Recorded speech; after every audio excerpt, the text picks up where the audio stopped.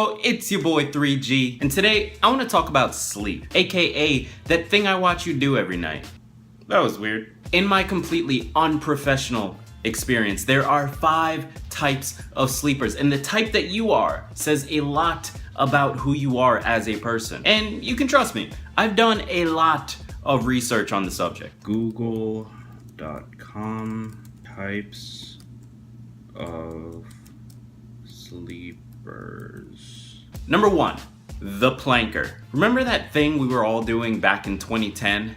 The planker sleeps face down in a perfect line and doesn't move until they wake up. If you are a planker, you are probably disciplined. You're not into playing games. You just want to go to bed, conserve your energy, and wake up tomorrow morning. Now, ironically, it should be stated that if you are a planker, you might not wake up tomorrow morning. I mean, after all, you're sleeping on your face.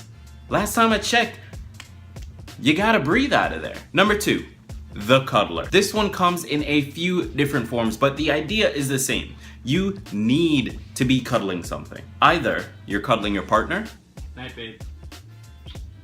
Or you're cuddling a pillow. Night, babe.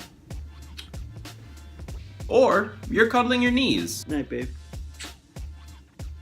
As a cuddler, you probably fit into one of 2 groups. Either you love feeling comforted if you're the little spoon, or you love feeling needed if you're the big spoon. Nothing wrong with either of them. Number 3, the starfish. You go all out. If you're gonna sleep, you're gonna do it like a freaking boss. I'm talking hands and legs spread out so far you can touch the 4 corners of the bed. Front, back, they don't really matter, as long as you take up as much space as possible. If you're the starfish, you might be confident to a fault. Your needs comes before everyone else's, and all the people who care about you, well, they fall into a distant second. Number 4 is known as the peeled banana. Are you hot? Are you cold? Who knows? You definitely don't.